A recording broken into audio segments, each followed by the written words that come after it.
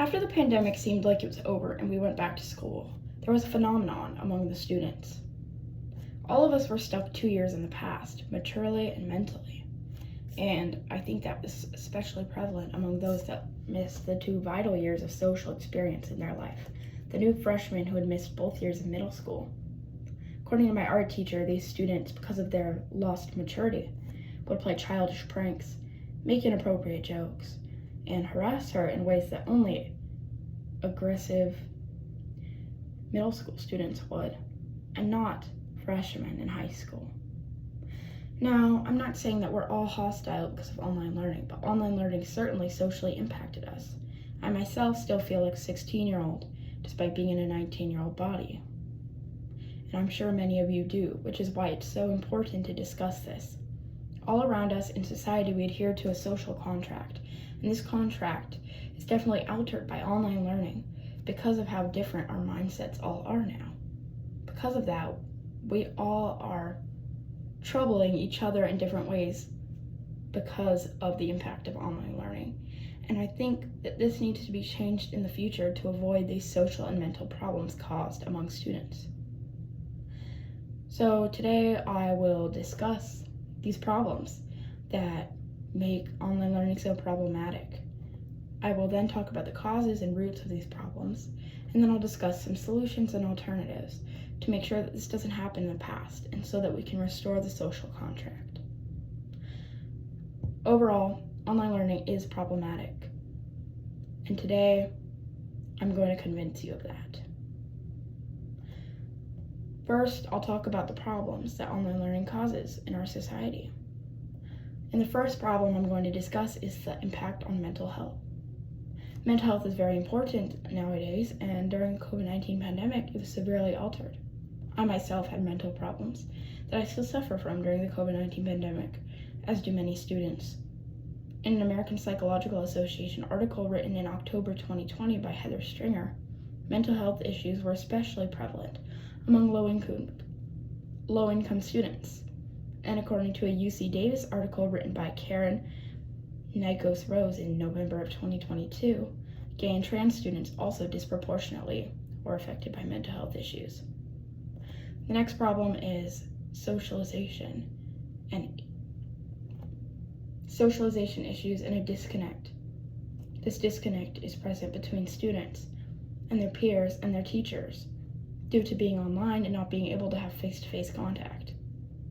Another problem is overall difficulty with learning.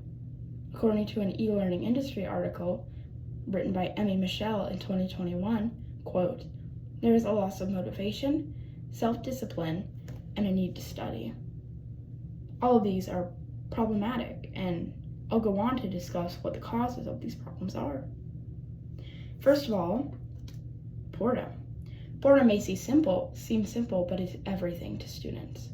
Henry Dodd was a child who was 11 years old, and his father worked for the New York Times. In April of 2020, he interviewed a large amount of students from around the country and asked them what they thought of online school. Dodd himself reported in the article that he'd rather be at school, and that he was bored and that he missed school. And the other students reported that they also missed school and felt bored at home. In a University of Alabama article in April of 2022, another cause of the problems I previously stated is the fact that general experiences are being removed from the school life. College students especially, in this University of Alabama article by Shirley Weiss in April of 2022, felt like they were not having the college experience that they felt like they deserved, which led to the problems that I previously stated, such as socialization and mental health issues. Further, the Child Mind Institute, in an article written by Amanda Marin, said that another cause was that kids just don't have the guidance and support they need. Without having the guidance of a teacher, they would have to be independent and have to do things on their own, and an act of self-reliance that is uncharacteristic for students of this age. And of course, in another fact presented by the same American Psychological Association article. 35% of students got their mental health services from school, and without that, their mental problems increased in severity.